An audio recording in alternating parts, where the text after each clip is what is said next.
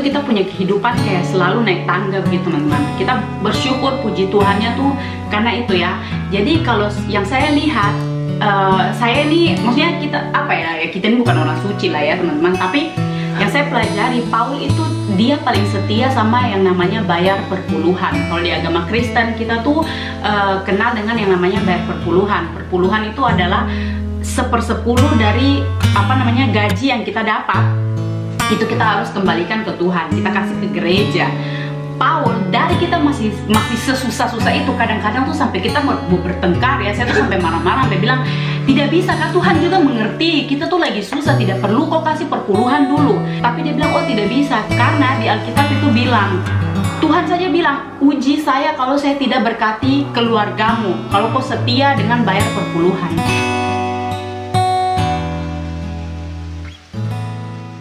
Stop, saya mau nangis. Serius saja kalau mau ngomong itu saya mau nangis ya teman-teman, karena dia setia dari hari yang kecil begitu, dari kita masih susah pun dia tuh memilih kayak mendingan kita tidak usah makan daripada saya tidak bayar perpuluhan. Betul-betul dari kita masih susah sampai sekarang teman-teman, itu kayak tidak pernah bolong, tidak pernah bolong. Dia selalu bayar, selalu bayar, selalu bayar, dan kita lihat, kita betul-betul menyaksikan apa kenyataan yang Tuhan bilang, uji saya kalau saya tidak berkati rumah tanggamu, kalau kau setia dengan perpuluhan. Kita tuh betul-betul kayak naik tangga. Iya. Kalau saya lihat saya pekerjaan, ya, itu juga saya dapat lebih banyak dan ya, apa sukses dan boom. Apa ya, Tuhan menyiapkan segala sesuatu yang kita butuhkan, bahkan lebih dari yang kita bayangkan. Kita punya proses untuk yang kayak sampai sekarang kita sudah punya rumah, kita bisa beli dapur yang betul-betul kualitasnya bagus, kita punya perabotan yang betul-betul kita bisa beli yang kualitasnya bagus. Dulu kalau kita mau beli perabotan, kita mau beli piring saja, kita cari yang paling murah. Sendok saja kita cari yang paling murah, biar misalnya beli sekarang besok dipakai sudah bakarat, yang penting paling murah. Dulu kalau kita mau makan di restoran, itu tuh kita apa ya, pilih menu tuh kalau bisa yang paling murah. Tapi ya kalau saya lihat saya punya kehidupan sekarang, misalnya Elena butuh apa, jaket atau apa, saya tinggal kayak saya sampai mungkin kalau kita belanja juga kayak sudah tidak mikir, aduh besok makan apa. Itu tuh kayak sesuatu yang wow. Awal-awal kita mau beli satu baju saja kita pikir gitu. Sekarang kayaknya kita butuh ini, kita sudah bisa beli dengan gampang. Ini bukan sombong teman-teman, ini adalah proses hidup yang kalau kalian, maksudnya kalian bisa pelajari. Kalau kalian yang sekarang ada dalam situasi kesusahan, atau misalnya kalian yang baru menikah dan menganggap aduh kita punya rumah tangga ini kayaknya tidak naik-naik, berdoa.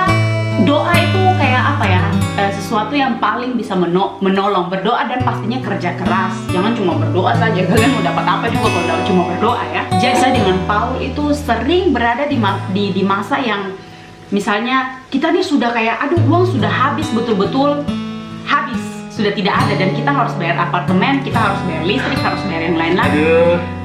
Pasti Tuhan tuh kasih kirim uang entah dari mana, iya tidak sayang?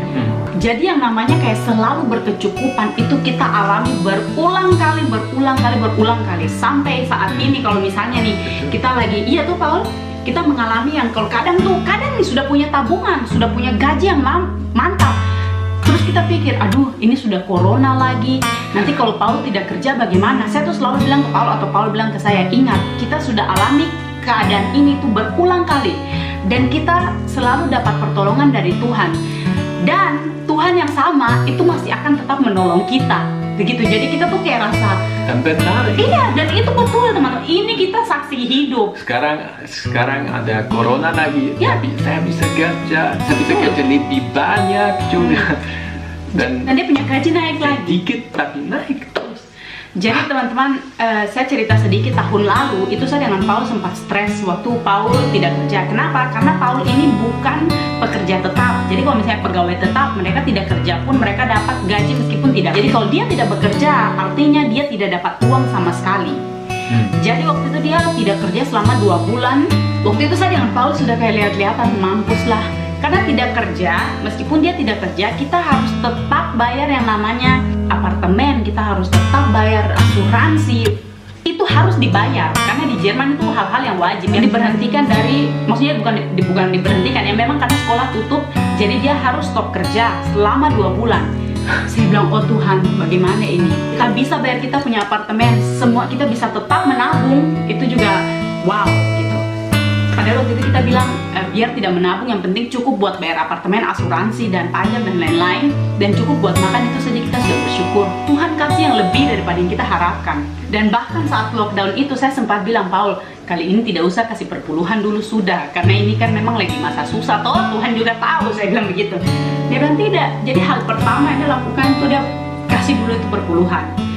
Tapi memang betul ya, tidak pernah berkekurangan.